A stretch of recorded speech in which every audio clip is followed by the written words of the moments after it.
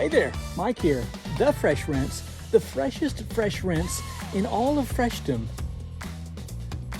Whatever that means. Hey, I really appreciate you watching. This is episode 4 of the complete pressure washing rig rebuild, redo, makeover, mulligan, whatever you want to call it. And I'm kind of getting excited about it. Before we continue, be sure to like and subscribe. Hit the bell tab if you'd like to be alerted to future videos. Leave a comment, and I'm super grateful. Thank you very much. Thus far, we have completely painted the rig. We've ground down all of the rust, dust, put on a new Herculiner coating over everything, and then of course painted the bed. You can find all of that in the first 3 episodes. Today we're going to focus our efforts on the racks that are going to lift both the tin machine and the gas-powered roof pump, and we're going to take a field trip to one of my favorite places in all the world, Alro Metal Outlets, here locally in the Cincinnati area. We're going to see our friend Larry, who is going to hook us up with all the material needed to complete the project. It's the same material that Larry hooked me up with for the ladder racks. And speaking of ladder racks, some of you have asked that I spend a considerable amount of time overviewing the whole process and the ladder racks, and I plan to do that in this video as well. So let's do this. Let's make a call to Larry, placing an order for all the materials that we need, and then head there, and yeah, it's gonna be a fun time. Don't go anywhere. And first things first, we have to get exact measurements for both the 10 gallon a minute machine and then also the AR45 gas.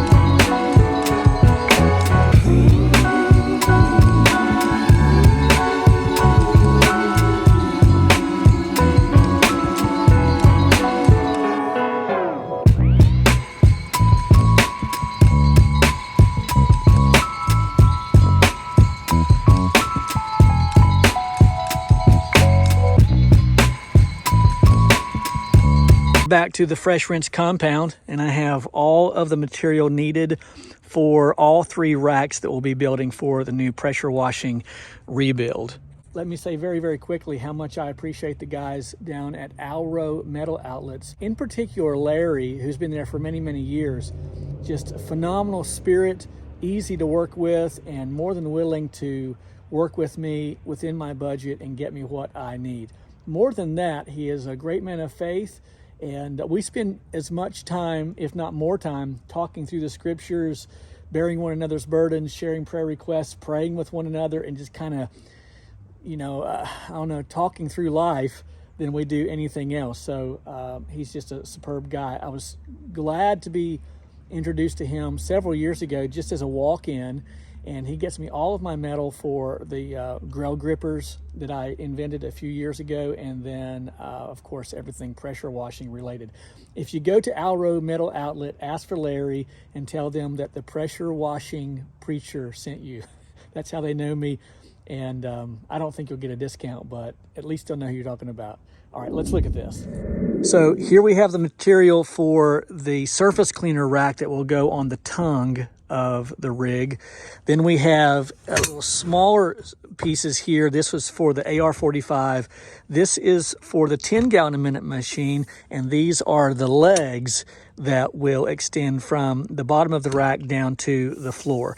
I'm using just a general flux welder that I got from Harbor Freight a long while back. Of course, I have what I need to make all of this happen, and yeah, should be fun. And I should tell you very, very quickly, some of you have asked after watching previous videos if I would help you with your rig, and the answer is no.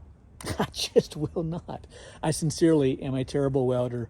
It is just enough, and I would not feel comfortable welding for anyone else on any other project whatsoever. This suffices, and that's almost it. It almost suffices. So, all right, should be fun. Let's get started.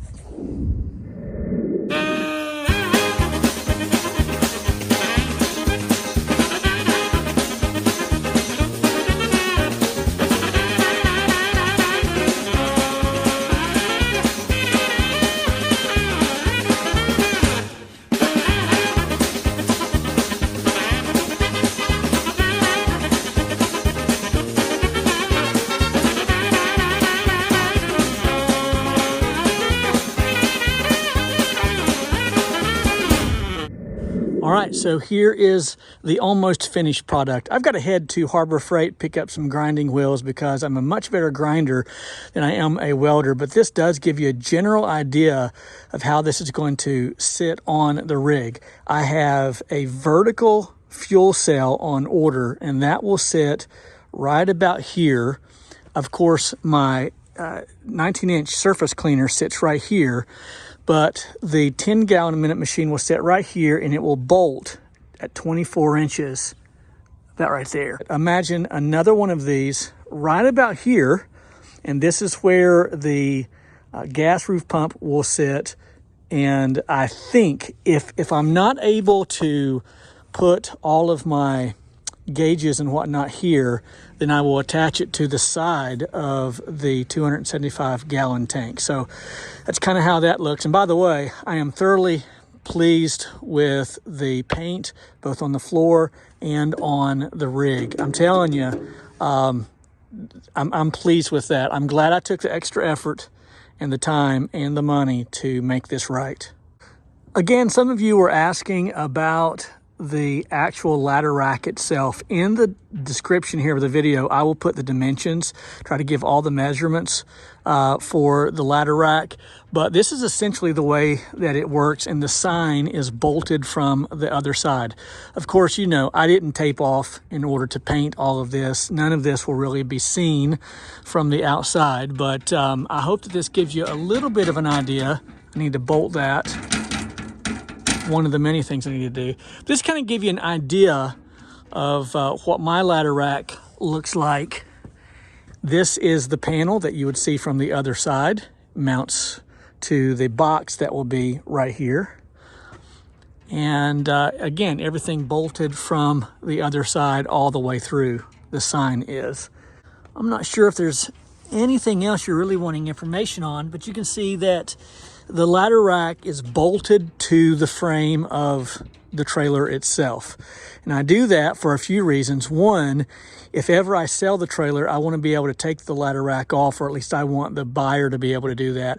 But also, I have found that it is far stronger to bolt the ladder rack to the trailer as opposed to welding it. I saw someone recently who had welded up a rig, and they actually welded the ladder rack to the top. And I just don't know how stable that is, because if it shifts at all, these welds are going to break. So this is bolted twice here and then once there. And it's like that on all four corners.